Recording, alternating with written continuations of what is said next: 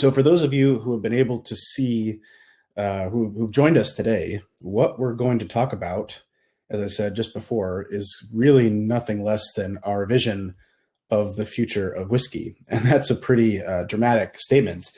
For people who are not familiar with Westland, what Westland is all about is Pacific Northwest provenance, the exploration of Pacific Northwest whiskey.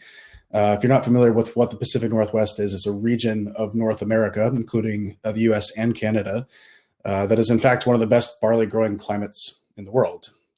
So we had endeavored to make single malt whiskey rather than the more, typical American thing that is bourbon. But we wanted to make a single malt whiskey that was reflective of place, not a copy of Scottish whiskey in Seattle, here where we are in Seattle, but something that was truly reflective of this place that we call home. And we're going to talk about that today. So the first thing to realize, this being a big map of America, is just how far we are away from the bourbon producing regions. And I think this is worth stressing because it's, people see one country, America should make bourbon, quote unquote. But we don't believe that that's true. We're 2,000 miles away from Kentucky. It's literally as far away as you can get from Kentucky in the United States. It's the same distance from Scotland to Istanbul, Turkey. So we believe fundamentally that we should be making single malt because our region of the US, with its more northern latitudes, the temperate oceanic influence on our climate is very similar actually to Northwestern Europe, which is where barley thrives, of course. So we had endeavored to make single malt whiskey because all of this barley grows here. To date, 80% of the barley we've used comes from our home state of Washington. Next year, that number is going to be closer to 95%, actually. So we're continuing to increase that number each and every year. But it's more than that. It's not just the fact that we're sourcing stuff locally. And as I said before, trying to make a copy of what the typical idea is in Scotland. And I don't mean that in a negative way. There's great whiskey coming out of Scotland, and I respect it immensely.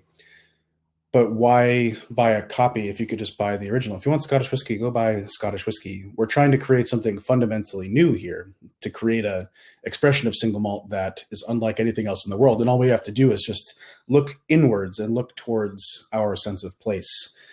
So this is a combination of the place that we live in, but also us and our spirit as people.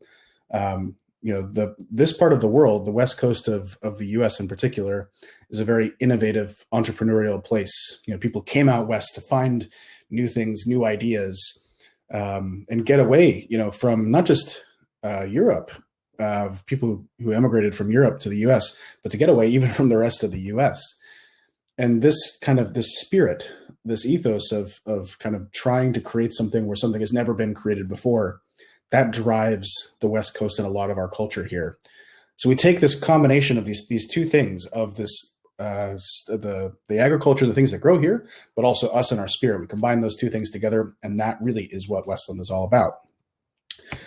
So we see the wall of the world as a door to opportunity. There's potential in the unknown, in the exploration of the unknown. A lot of people say, this out here has not been done, or this is safe. We're just going to stick with the traditional thing. Who's ever explored barley before? Nobody's, a lot of distillers are still saying like, oh, there's no flavor in barley itself.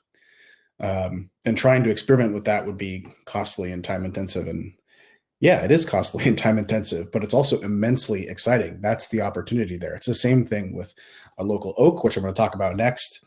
And also our local type of peat that we only have growing here in the Pacific Northwest.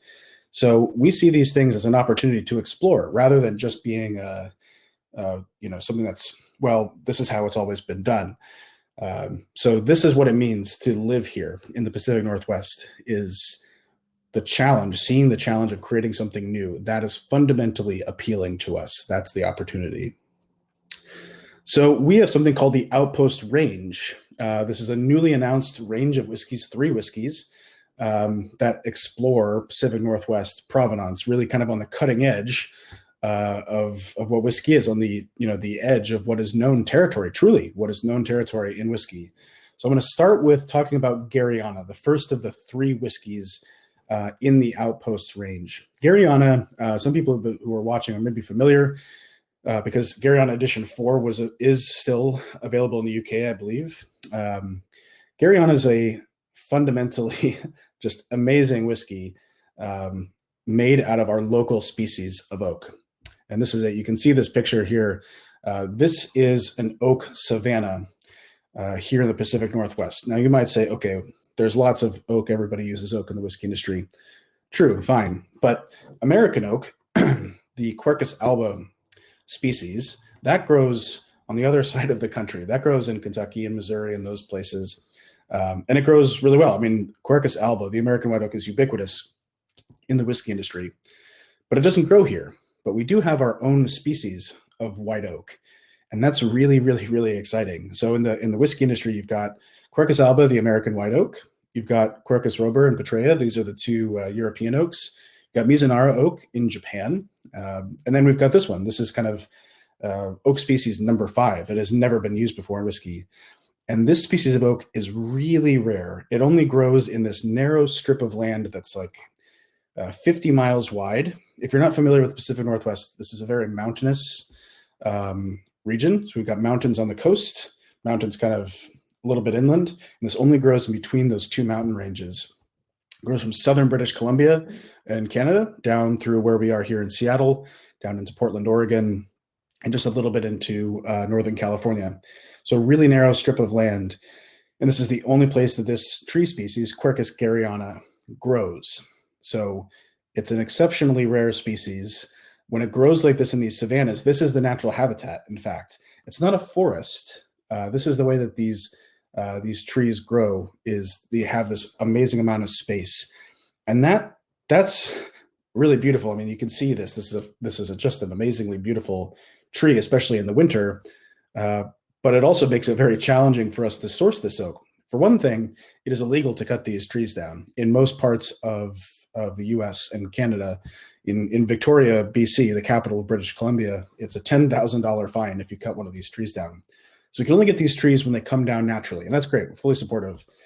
But you also see here in this picture, you can see how these trees are throwing out these big branches. And as soon as these big branches come off, you can't really use that wood anymore. These are, this is where knots form, basically restricts the liquid holding capacity of wood. So we're kind of forced to take whatever we can get.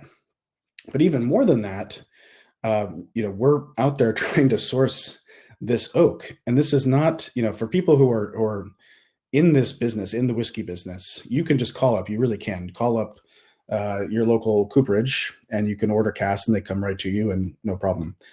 That is not the situation here. What we have to do is we're buying these logs when they come down naturally. We don't know what we're going to get. It's not really kind of up to us. We just kind of take what nature gives us.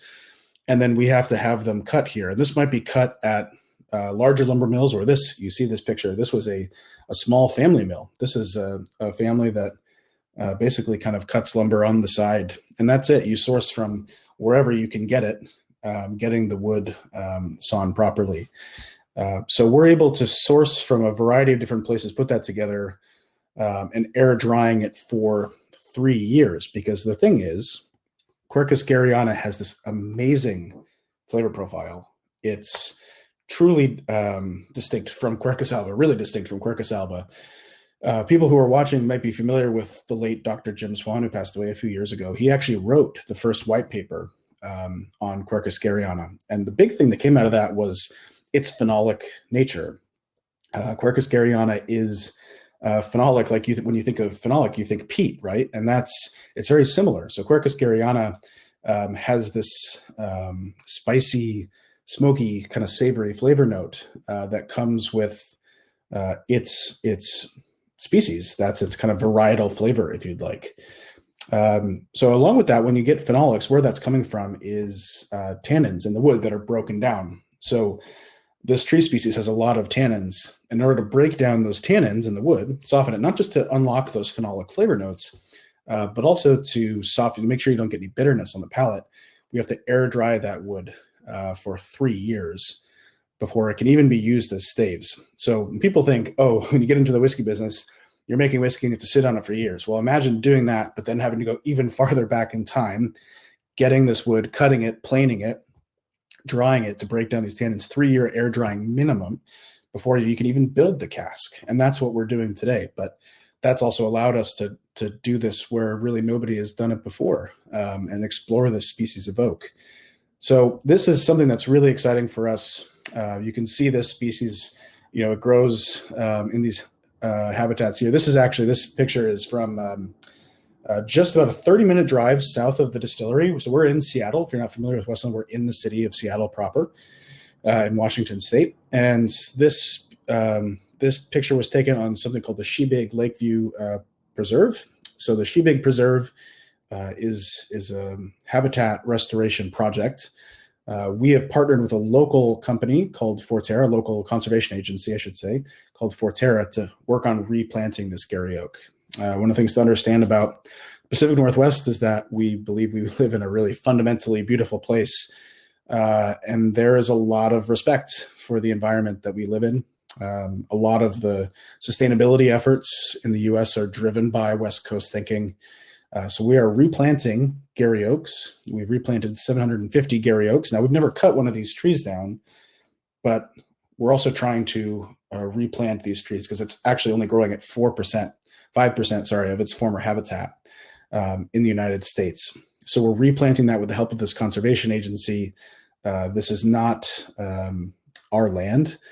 The trees don't belong to us. Even if they did belong to us, it takes 150 years before they could be big enough to harvest. It's more about the ethos and about setting something up for the future. And that's kind of what the Outpost range is about in a nutshell, is that we're not just doing this to try to find and make new whiskey, but if nobody takes the first step to explore what is the next level of whiskey, what does the future of whiskey hold, it'll never get done. Even if that future is 20 years away or 100 years away in the case of Gary oak, nobody will do it. So this is what it means to be Westland, is to explore the future here and to not be afraid of the timelines that are involved. So this is the Garyana expression. Now, Garyana, if you've seen it before, this will be new packaging for you as part of the Outpost range. This is a new label and everything. I'll talk about that in a second. But the Garyana expression is a ongoing exploration of what the Garyana wood does and how it contributes to our house style. Now, we know that the Garyana flavor profile is, at its core, rooted in these phenolic notes. So the way I like to compare it to American oak, Quercus alba, is if Quercus alba gives you caramel, vanilla, coconut, baking spices, that's kind of the generic flavor notes for Quercus alba, the American white oak. Quercus Garyana gives you all that, but darker. So instead of caramel, it's molasses. Instead of generic baking spices, it's clove. It gives you this flavor of Kansas City barbecue sauce. If you're in the UK, maybe you have no idea what that means, but that flavor profile of deep molasses, smoky, spicy, a little bit dark fruitiness, that's very much what the Garyana species provides in flavor. So now we take that and we're exploring how it interacts with other aspects of our house style at Westland. And we're exploring a lot of things at Westland. Barley flavor, fermentation-driven flavor with our Belgian Saison yeast strain that we use. We don't use the M strain. We're exploring peat as well. So each edition of Garyana is something new. Each edition is different. And then when it's gone, it's gone. We are learning things in real time, bottling it, and then you guys get to taste it. And that's a really cool thing to do. This is an expression that's going to be here the same 100 years from now. What Garyana is about is exploring this because it's never been done before. So edition 4, which is actually, I believe, still available, and we're going to do a live tasting of that on the main stage this upcoming Wednesday. Edition 4 was an exploration of Gary oak and the kind of dark fruity flavors when it takes the fruity notes we get in our house style, which from our Belgian yeast, kind of cherry notes and orange peel, turns that into like dark blackberry and blueberry jam. How does that interact with sherry casks? That was a question we had gotten all the time. People tasting, it feels like there's a little bit of sherry in here, but it actually had never, in editions 1, 2, and 3, there was never any sherry used in the blend. So we said for edition 4, let's see what it's like to play these two things off of each other. Dark fruity notes, from the Garyana oak plus dark fruity notes of sherry casks. Let's see how it works. It was super well received. It was named one of the top 100 spirits in the world by the Ultimate Spirits Challenge, 96 points, Best American Single Malt. A lot of great awards, which is wonderful. But people also understand what our intention is to explore this species of oak. Now that is largely gone. I believe that there is still some bottles left in the UK, but upcoming is edition 5. And that's what you're seeing here is edition 5 with the new packaging. Edition 5 is exploring purely the phenolic nature of Quercus garyana and how that interacts with the phenolic nature of our house style. What I mean by that is let's explore phenolic plus phenolic. So phenolic Gary oak plus phenolic peat. We put those two things together. So what we did with edition 5 is we put heavily peated malt from Baird's. Baird's heavily peated malt, 55 part per million phenolic content. Put that in some Gary oak casks and let that mature. When we release a Garyana, it's never 100% Gary oak because the flavor profile is super, super intense. And our intention always is to make a balanced whiskey. Even with one that is relatively oak focused like Garyana, you cannot, what we've been able to see, not put it at 100% Gary oak and be super balanced, not yet. So we're balancing that with some pale malt and bourbon casks, putting that together, and we've released this whiskey that's, it's peated. You can tell that it's peated, but also the phenolic nature of Gary oak, it just comes across in a very different sort of way. It's more like the savory barbecue element. Burnt ends, which is another barbecue term. It's just really dark and rich and savory, a little bit smoky, and it's awesome. I'm super excited about it. So it is, I believe it's landed in the UK and it'll be available in November. So next month it'll be available, this next edition. There's not a lot that we can make out of this. Each year when we release it, it's like kind of as much as we can make and release. And then when it's gone, it's gone. So edition 5 is on its way to you. And yeah, I'm super excited about it. If you want to know any more about it, we can talk about it in the chat or the Q&A afterwards. But so that's Garyana. That's one of the first 3 whiskeys that make up the Outpost range. As we said, the intention of this project is these are outposts on the edge of what is known territory in whiskey. We don't know how Gary oak, we set out to do this edition. We said, we don't know, we really don't. What's going to happen when we take heavily peated malt and put it with this very phenolic species of oak. And that's what this entire range represents, is this exploration of the unknown. So now I'm going to talk about the second bottling, and I'm very excited about this as well. In case you can't tell, I'm very excited about all these things. But this is colere. Now, colere, that's a Latin word which means to cultivate. Colere is a new whiskey for us that we are just going to be releasing upcoming in the spring, and some of it will be coming to the UK, so be on the lookout for that. Colere is the exploration of barley, and actually even more than that, it is a new understanding of how we as a distillery should be interacting with barley and the agricultural system. That might sound like hyperbole, but you're going to kind of see here what I mean. Most barley, when you source it, whether it's in the UK, if you're a Scottish distillery, or mainland Europe, or in the US, comes from the commodity system. The commodity barley system tells farmers, maltsters, and distillers, here's what you grow. You grow one species. If you're in the UK right now, that's largely Concerto. If you're in the US, that's largely Copeland is the varietal. You grow that across the entire range of where the barley is grown. You malt it the same way, iron out any differences between farms, any terroir, varietals, any vintage stuff, and then every distillery gets the same thing.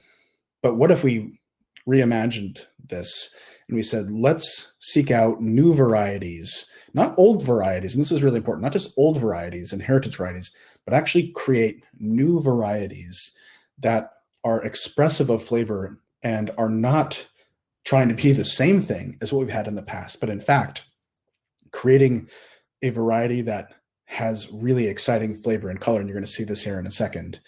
So where we start all this project is in the Skagit Valley. Now, Seattle is surrounded by agricultural valleys within the mountains. As I mentioned before, the mountain range, the Cascades, is in the background of this picture.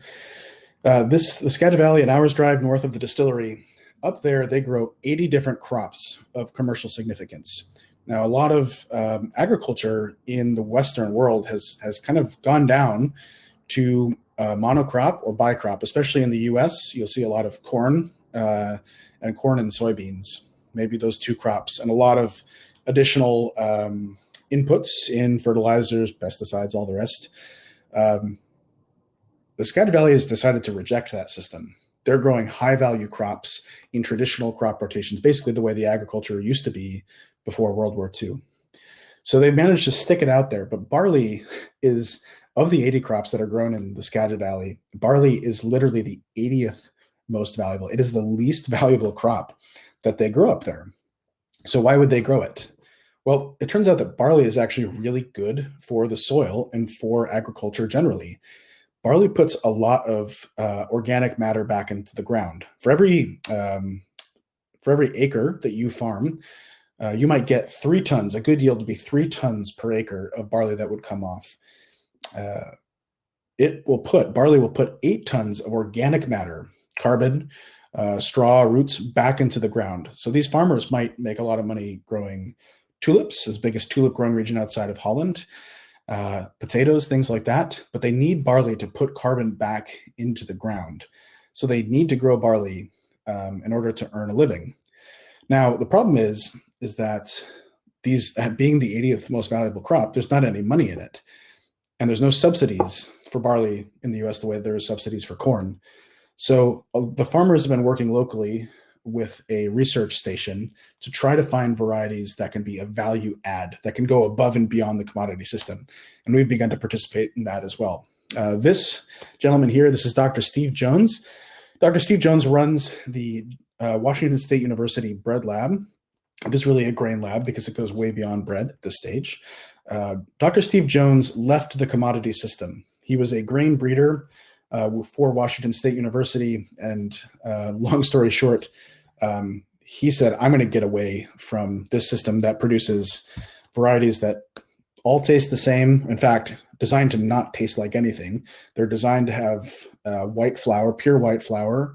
They're designed to be sprayed with pesticides, and they're not designed for the farmers to make any money. So he left that system and he said, I want to create something new. So really, Dr. Steve Jones is quite, if you get a chance to look up this guy, he's amazing. He's a visionary. And basically what he's kind of created since he moved to Skagit Valley in 2008 was a new idea for agriculture. And it's barley for us, but wheat for bakeries for the most part. And you look at the combination of 3 things. One, if we're going to leave the commodity system, which is agriculture as the first world, knows it. If we're going to leave the commodity system, what does the future hold? 3 things. The first is developing varieties of barley that will work for the farmer. So what that means is that these farmers can grow this barley and make money in doing so, not in subsidies, but they can actually grow a variety and make money. The variety of barley is not patented. This is a really kind of ethically dubious practice that has come up in recent years of companies patenting a variety of barley so farmers couldn't, or wheat. It's really more in wheat. This doesn't happen as much in barley yet. Patent a variety of wheat, which would prevent the farmers from being able to save some of their own seed and replant it, because technically it doesn't belong to them, which is, really kind of, as I said, ethically dubious. So making sure that this is open source, essentially, that the farmer, can use this varietal. It doesn't belong to us. It doesn't belong to Dr. Steve Jones. It doesn't belong to the Bread Lab. So we've been working with him to do that. That's the first big thing. Second big thing is grown to thrive in low impact environmental systems. So what that means is developing a variety of barley that will thrive when being grown under, let's say, certified organic conditions. Most varieties are developed to be sprayed. So when they try to take them and grow them under organic conditions, they don't do as well. Well, no kidding, because they were designed to be grown to be sprayed. So we're saying, let's set organic as a baseline, or low impact agriculture as a baseline. And then it'll thrive when we release these varieties. And the third big thing is flavor. Now, again, all the commodity system tries to do is pick a variety of barley that's the same as the one that came before to not deviate from flavor, the expected flavor profile at all. We're doing the exact opposite of that. We're looking for nuance. We're looking for novelty. We're looking for new flavors that people have never experienced before in barley. And it's possible. And in fact, you can have all three of these things. You can have environmental sustainability, you can have economic viability for the farmers, and you can have flavor. So we're working on that with Dr. Steve Jones at the Bread Lab. We have now fully funded a PhD student because when you leave the commodity system, you kind of get put on the bad list. We're going against the grain of what the big ag system wants to do. So they stripped all of his funding away. All of the funding that would normally come for a grain breeding laboratory is gone.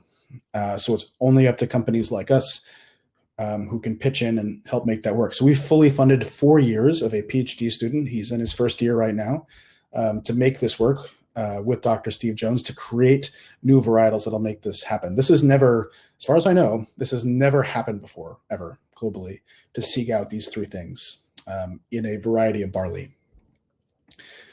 So you can see here, so this is some of the test plots when they grow these new varietals and they're crossing them. This is not GMO for what it's worth. This is traditional grain breeding and crossing. And I think I've got a picture of that next. There's all these different varietals. There's literally 15,000 varietals of barley out there. This will probably blow most people's minds because you only hear about Concerto, or maybe you'll hear of Golden Promise or Maris Otter, in the past. But there's 15,000 varietals out there. Each one of these plots that you can see here is a different varietal of barley, and you can see a lot of differences just by looking at this field. So when the students are there, they're crossing these varieties. Here's a picture of a crossing being done, crossing a variety against themselves in the greenhouse. They'll take this and they'll plant it out in these kind of 4 foot by 8 foot plots to grow these new varietals. Now, this technique of growing out new varietals in these plots, this is done by all grain breeders. But the difference here is that we are seeking out difference, not seeking out sameness and conformity. That's fundamentally what's the difference here. You can see here this picture. This is a great result of it. I love this picture so much. It's like the background on my computer. So it's this shows you what's possible, because most people, when they say, okay, what is barley? The image they have in their head is this pale tan variety of grain, but it doesn't have to be that way. Barley by nature comes in a variety of colors. It can be tan, yes, but it can also be red, as you see here. It can be purple, it can be blue, it can be black. There's all sorts of different nuance there. The commodity system has rejected any barley variety that has color outright, just because it has color. So this is something that we want to explore, because that color is actually tied to flavor. If people are watching this, if you're familiar with wine, there's a compound in wine grape skins called anthocyanins. Anthocyanins are linked to varietal flavor in wine. The color, the red color that you see here, is also produced by anthocyanins. So one of the things that we're exploring here is this varietal flavor tied to it? We've tasted these things side by side against each other, and they're so different from each other. You can definitely tell that varietal flavor is a standout, but is it linked to color? And that's kind of what this Colere project is all about, is exploring these new varietals of barley and then taking them and turning them into whiskey. And another picture here, really beautiful, black 6-row varietal on the left. We're using 2-row, we're using 6-row. Why not? We're looking for something that tastes great no matter what. And then we've got this, I guess, another 6-row here on the right. But this is not a project that is exclusive to Westland. Yes, we're funding this PhD student. We've got the WSU Bread Lab and Dr. Steve Jones. But there's 2 other partners here that are really essential in order to do this. The first is the farmers. This is Dave Headland. He's one of our farmers. He does both organic and conventional agriculture. Dave Headland and some of the other farmers there, they specialize in other things. Dave specializes in cabbage, for example. But he needs to grow barley as part of his crop rotations to make this work. The important thing is that Dave understands that this is the future. All these farmers are interested in creating the highest level products. They can't compete with the commodity market. This part of the world, the Pacific Northwest, is a relatively expensive place to live because the land area is relatively small. There's a lot of people here. There's a lot of money here. A lot of entrepreneurial companies. So he knows that he can't compete by racing to the bottom. In fact, if you ask him, he will say, if I win a race to the bottom, where am I? It's a pretty good point. You end up at the bottom, and why do you want to be at the bottom? So we have farmers here that fundamentally know that they need to do something different from what the conventional agricultural system provides. And it's farmers like Dave that help make this possible, that seek out these new varieties that are along on this journey with us. Because if they're not, this isn't going to work. We could have the grandest divisions of new varieties of barley, of new systems of agriculture, but if the farmer doesn't want to grow it, it's not going to work. So luckily we have the farmers on board to make this happen as well.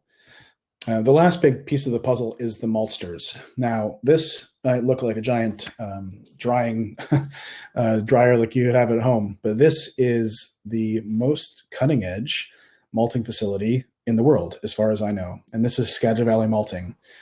Skagit Valley Malting is a relatively young, so 10-year-old, just like we are, startup malting company that exists in the Skagit Valley. And they designed new malting systems that would approach barley and agriculture in a different way compared to the commodity system. What I mean by that is that in the traditional commodity system, barley is bred and is developed to fit what a maltster system is. And a maltster system will say, I need this to, first of all, it needs to be pale tan in color, no color allowed. I need this to malt. I need this to be this exact size. I need to be able to wash it in this amount of time. The steep is this amount of hours. The germination is this many days. The drying takes this long and this much input because the system can't change. Skagit Valley Malting has changed this idea entirely. What they've done is they've created each one of these machines that can adapt to the unique needs of a different varietal. So if a varietal needs to malt in 9 days instead of 7 start to finish, that's fine because it's in an entirely self-contained universe. There's no different stages like you'd see at different malting companies. Everything is fully enclosed within these new machines. They've got something like 20 patents on this.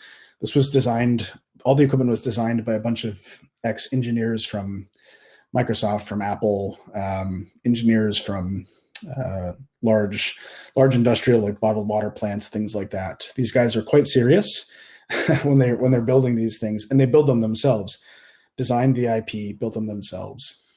And the end result is machines that will cater to the individual needs of a variety of barley. So there's no excuse anymore for saying, well, this barley varietal malts in 9 days, so we can't malt it because our system takes 7 days. Now you can adapt to whatever that needs. And these partners are essential for us. Without the farmers, without Dr. Steve Jones creating these new varietals, without the maltsters, none of this is going to work. So the end result here is Colere. So Colere is, you probably hear this. Sorry, I apologize.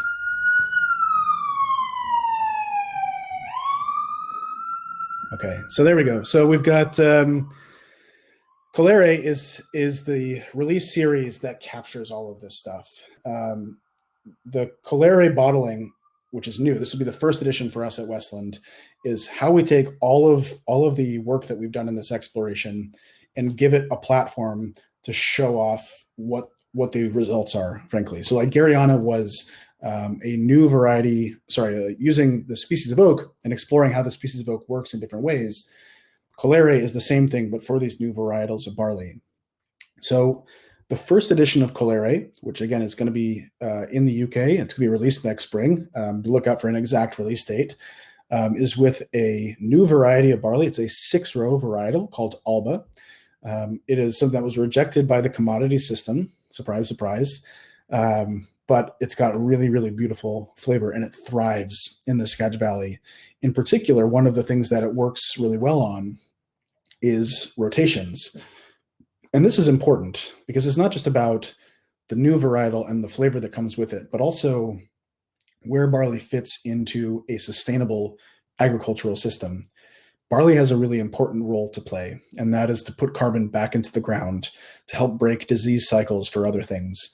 And Alba is being used not just because it tastes great and it grows really well, and it can be malted, but also because of what it does for the agricultural systems broadly, because it can add a lot of carbon back into the ground, because it helps to break disease cycles.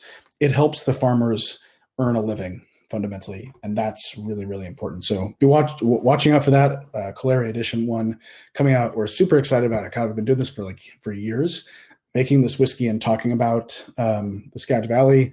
Thing with whiskey, though, is it takes time. We started this project way back in 2012. It was only 2014 when we were first able to start making whiskey out of this stuff, and it'll be next year when we release it. And the last thing I want to talk about, the third product, which we're targeting for a 2023 release date, is SOLUM. SOLUM is Latin, means soil. This is our locally peated whiskey. And I won't spend as much time on this one just because it is a few years out and I want to leave some time for Q&A. But SOLUM is our attempt to explore Pacific Northwest peat. Now, this is a picture of the peat bog that we work with. The Washington State, so where we are here, has 50,000 acres of peat in it. Plenty of peat here, but it's also very different from Scottish peat. You can see in this picture the different vegetation that's growing. So in the background, there's some evergreen trees, but in this peat, first of all, the bog is still flooded. There's no cut and drain in these bogs. That preserves the habitat, the ecosystem that's there. So the bogs are still flooded. They're still waterlogged. But you can also see these different plants that are growing here. It's not just moss. It's also deciduous shrubs. We're going to show you that in a second, as well as wild cranberries and wild crab apples and all sorts of really interesting vegetation that's growing in these bogs. And our intention is to use this style of peat and explore what Pacific Northwest peat is and how it's different from the peats that you would see in Scotland. So we've been exploring this. We found this peat bog back in 2011, went down there, dug up some peat, got super excited, but no malting company in North America made peated malt. As far as I know, the first batch of peated malt that we made, we did it with Skagit Valley Malting, who I mentioned earlier, in 2016. It took them 5 years to get ready to do this. Was the first time that peated malt had been commercially produced in the US. So that was a pretty big deal. So the project that we've been working on together. So you can see here, this, the peat, there's a lot of different there's root structures, there's vegetation in there. It's not pure sphagnum moss. That's really, really important. People are familiar, I think, with the difference between Isla peat and other parts, and peat from other parts of Scotland. Isla peat being more moss-based and more medicinal. Places like where Baird sources from in the northeast of Scotland has more kind of grasses and things in there. This is much more herbaceous and woody, the peat that we've got here, and you can see it. This plant in particular adds a lot to it. This is called Labrador tea. This plant produces these leaves. In the picture that you saw a couple of slides ago, that was you saw these all orange because they were getting ready to fall off because they're deciduous. This plant, when you go out there, when we went out there the first time, really, when we went out there the first time, we were walking around, and this plant, this Labrador tea, is everywhere, stomping around in this bog, and you could smell the aroma that came out of it from underfoot as the leaves were breaking was immense. Is like lavender and orange peel, all kind of, and like fresh rosemary all rolled into one, and that's this plant has been used by Native Americans in tea remedies for a long time, hence the name Labrador tea. So, but this, these plants are dropping these leaves, and it's adding to the complexity of the peat, and it's making for a peat style and a peat flavor profile that's really different from Scottish peat, and that's very, very exciting for us. So that's what SOLUM is all about. SOLUM is the exploration of Pacific Northwest peat.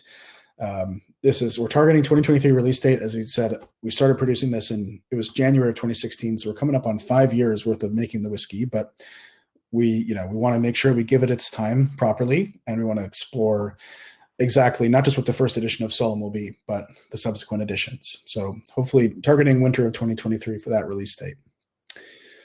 So that's the Outpost range. And we've given ourselves a little bit of time for Q&A here at the end. But hopefully what you've seen here is this idea of exploring the unknown. In whiskey, we've got 4 things. We've got malted barley, yeast, water, casks. Maybe you can throw peat in there as a 5th thing. And a lot of the whiskey industry is content to be happy where it is, And the thing is, for us, we're not in Scotland. We don't have the history and tradition there. We're doing this for the first time here in this region that we believe really is meant to make single malt whiskey. But there's so much to explore. And, this is one of the things that drew me to this business to begin with, was the fact that on the surface of it, it's so simple. There's just a few ingredients, but there's also so much flavor that we can explore by just diving into our local terroir, into our local provenance. And that's what the Outpost range is all about, is exploring that future of whiskey and Pacific Northwest provenance here in Westland. So with that, I'm going to stop sharing here, and we have time for a few questions, if we'd like. I see here. So I've got some. So I haven't been able to see the questions at all yet. So I'm just taking a look here real quick. So I'm looking at Andrew's first. Andrew's share. Westland are clearly passionate about sustainability and environmental impact. Is there any technology or process around use of peat to help in that department, as it is traditionally not a particularly environmentally friendly process? Great question. So this is something that we are very cognizant of, using peat. There's 2 parts to sustainability here when it comes to peat, as far as we can tell, right? The first part is the carbon emission itself. So when you use peat, that is a source of carbon, peat kind of being on its way to coal, I guess. But we don't really use that as a fuel source anymore. And even in the distilleries in Scotland, most of them, they're not even using solely peat to smoke their malt. They're using that as supplement. So we're using peat solely as a source of flavor and not just as an energy source to dry it. In the course of an entire year's worth of production, we are using 2 cubic yards of peat, which is not very much. But we are basically only using it for flavor and not burning it as a fuel source. But frankly, that is the secondary thing to the other thing, which is how the bog itself is treated. A lot of bogs they do something called cut and drain. And I mentioned that before, like in the slideshow. So what cut and drain is you go out into the bog, you cut a ditch, the water drains out into that ditch, and then that makes it much easier for the peat to be harvested. The problem with that is when that water drains out, as soon as that becomes dry, carbon dioxide and methane is released into the atmosphere. Not just when you burn it, but actually just when it's drained. This is one of the big things you see, like in Siberia, with permafrost melting, and the water evaporating, is that ends up going into the atmosphere. So when you use a cut and drain method, that is being released into the atmosphere, which is not great. We don't practice cut and drain. As you saw in that picture, the bog is completely flooded. So when you harvest it, it's not this, beautiful romantic notion of going out with a spade and you stick your shovel in the ground and you toss it over your shoulder. We're out there with a backhoe and you're scooping out the peat, and it looks like you're scooping out muck from inside of a lake, but actually that's a much more sustainable, from a carbon emissions standpoint, way of harvesting. So it's not just that, but it's also the ecosystem. When you do cut and drain, that the water is what gives peat bogs life. That's the whole thing with peat, is that it's a waterlogged, oxygen-starved ecosystem. As soon as you drain the water out and you're allowing oxygen in, the ecosystem collapses. So by not doing cut and drain, by keeping it the way that it is, the rest of the bog and the unique ecosystem that exists there, that still gets to remain exactly just the way that it was. So that's really big for us. We're not going to do any cut and drain. We believe fundamentally that we want to make sure these bogs can remain intact, which they do. You can see them growing, back on top where stuff has been harvested before. You can see where the bog is beginning to take that back, actually. So that's a really big question. That's a really big question for us, to make sure that we harvest peat, we do it sustainably, using it only for flavor and making sure we don't do cut and drain. So hopefully that answered your question, Andrew Share. Let's see here. We've got a couple of other questions related to. I think there's a question here from Tracy Franklin. Were you present during the malting? Was the aroma similar? I think was that related to peat? I'm going to assume that it was. The aroma is definitely different. Like, there's a peat note in there when the stuff is being created, but without trying to commit exactly to what SOLUM is going to taste like, because we're still on this journey and we're still giving it a few years to kind of fit itself together. There's definitely like almost like a mezcal sort of note to it. I think the herbaceousness, the leaves, the roots, it makes the peat be not just pure medicinal, but it's adding this kind of really green, earthy, herbaceousness, spicy sort of flavor profile to it. So there's definitely a difference. And this is one of the things that we're exploring, right? Is what happens when we cut this peat from this particular part of the bog? What happens when we cut deeper, top cut versus medium cut versus bottom cut? You'll get different types of peat flavor in there. What happens when, you're seeking out a part of the bog that's further in or closer towards the edge, things like that. So that's what SOLUM is about as well, is exploring that and exploring creating peated malt itself, because it's never been done in America before. The methodology that is being used is also a source of exploration. That's, SOLUM will be about exploring all of those things. As you can imagine, it's a really big plate of products that we're allowed to explore here. So, so that's really important. And we got Steve. I think I figured this out, Steve. We got Steve on here too. Matt, you've captured the questions from the chat. One question we get a lot is, how long can all these projects go?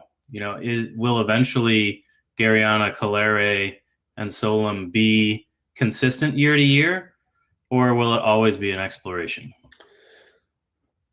That's a great question. The answer to that is lifetimes. I mean, truly, there's lifetimes worth of exploration that will exist in all this. Our intention with Outpost Range is always to be moving forward, always to be exploring something new with this. Now, what we've done to date, Gariana, great example. What we've done to date is exploring how this Gary Oak flavor profile works with interacting with other parts of our house style. But as we get further into working with Gary Oak, we are exploring things like different cask sizes of Gariana Oak. We're exploring refill Gary Oak cask, because everything we've done before, it's been virgin oak. Now we're looking at refill Gary Oak. We're exploring different toast and char levels. So what the focus of the exploration might be will change within each one of these projects, but it's always about exploration. And this will go for a long time, as far as we can tell. Talk about our approach to Calere, the barley project, and what types of casks we use, and the fact that we haven't yet tried roasted malts, which is a big component of our core range whiskeys. Yeah, absolutely. So everything within Calere has been about exploring these different varietals of barley. We have used 21, I think, varietals of barley, which is more, I believe, than the entire Scottish whiskey industry put together. So within that, when we're looking at varietal flavor first, this is the first source of exploration, was varietal flavor. The best way we thought to do that is to make sure we're not putting that in new oak. So we use a lot of new oak at Westland, but that's also because we're using a lot of roasted malts and the Belgian yeast, which provides a lot of flavor on its own. So we can balance the flavor properly using new oak and using these roasted malts. But when you're using a unique varietal, we want that varietal to stand out a little bit more.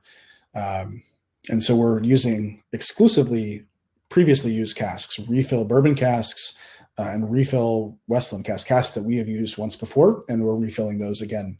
So everything that we've done with Colaria, and at least for the first few editions of Colaria, I think, will be released in this style of cask to explore that varietal flavor. But the next level beyond that, I'm not saying this is coming soon, but this kind of theoretically is, okay, once you establish what the varietal flavor is, maybe that varietal flavor is best paired with a red wine cask, perhaps, or a port cask. That's kind of where you go after that. So we're already looking at that stuff way off in the future. But then you go back to the barley itself. Okay, we've explored barley varietals, but what about roasting that varietal in a different way? So, for example, you saw that red varietal that I had up earlier. What happens when we roast that red varietal 5 different ways, like we do with our 5-malt recipe? If you buy our Westland American Oak Expression today, that's a type of malt, a type of barley that's been roasted 5 different ways. What if we do that with this red varietal? We don't know, and that's something we get to explore that's layered on top of all of this stuff. So again, the amount of material here to explore is just immense. It's almost overwhelming, but this is where we go. This is the next level. Brendan Cook is asking, do we use the same yeast strain throughout all of these projects? Yeah, we do. Great question. So one of the questions that we get a lot is, are you going to explore yeast the same way that you've done this with everything else? And, our answer to that is, at the moment, we're sticking with the same yeast strain. We picked our yeast strain basically because it uses the M strain. It's fine, it works well. But why do we need to limit ourselves to that? The brewing industry, which is something we're heavily influenced by here in the Northwest, this is where the craft brewing revolution started, was in the Pacific Northwest.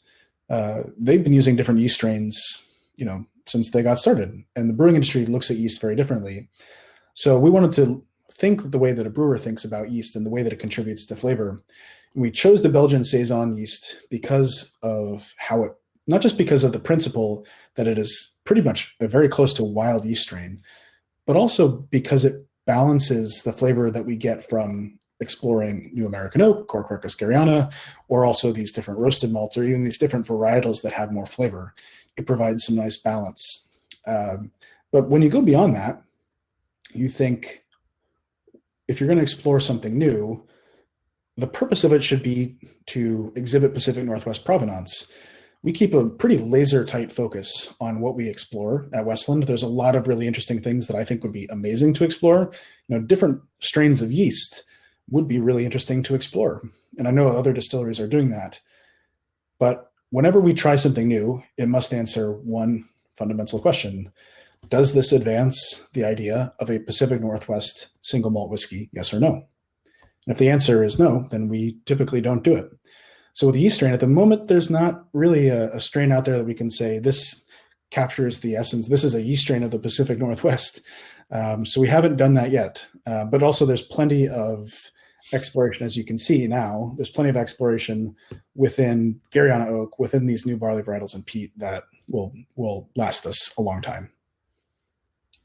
Matt, we've got a few minutes, so I'm going to use it to ask you a loaded question. The title of this session is Outposts at the Edge of Whiskey. You've talked about the fact that we're kind of going out into the unknown, exploring possibilities that have been not considered by the whiskey industry. Can you talk a little bit about what it's like to be doing something like this in what is admittedly in single malt whiskey a pretty conventional industry? And have you run into opposition? Have you run into people that are not believers? What is it like to be doing these kinds of things in an industry that's hundreds of years old? Yeah, well, I think most people who will be watching this have heard from somebody at one point that barley has no flavor.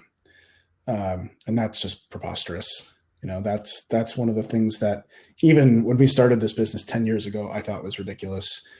And that's one of the things we set out to prove. We started using roasted malts from the beginning. The way that brewers do is you go, okay, you taste the difference between a pale ale and a porter. And the difference between a pale ale and a porter when you drink it is due to the flavor of malted barley. And yet that idea has not jumped to whiskey, and the idea that, oh, it could never happen, that barley doesn't matter, like it's almost insulting to our intelligence, that barley doesn't have flavor, because of course it does. So that's something we set out to do from day one, from literally cask one, to look at that. But I think that narrative has begun to shift. We're using the roasted malt. It's very obvious now that it has flavor. Like our sister distillery, Bruichladdich, has been doing this as well, exploring varietal flavor and terroir and nuance like that. So I think the sentiment is beginning to shift, but it's also, there's a lot of resistance to the idea because, single malt is single malt, and one of the advantages for us is that American single malt, which is what we're doing, is not the same as Scottish single malt. And we're not trying to be. So if Scottish single malt wants to be, as an industry, more about cask finishes and length of time in cask, great, more power to them. But we get to explore something new out here, and the results speak for themselves. I think it's very obvious that there's flavor out there that's coming from barley. Absolutely. Well, I think that's kind of the end of our time. I don't know. I have no idea what time it is for the people that are watching, but it's 10 a.m. here. So we had 9 to 10 set aside. I don't see any other questions. So Matt, thanks. Yeah, thanks everybody for watching. If you want to know more, don't hesitate to reach out to us at Westland. And we've got more sessions throughout the week as well. So if you can tune into those, please do. Yeah, and again, this was asked during the chat, but on Wednesday at 6:45 over there in the UK, What's in the Wood, which is a main stage presentation where, Matt, you'll be doing a tasting of Garyana as well. So that's great. I think a few people are really looking forward to that. So yeah, me too. It's going to be great. Okay. All right. Thanks, everyone. Thanks, everybody. Take care.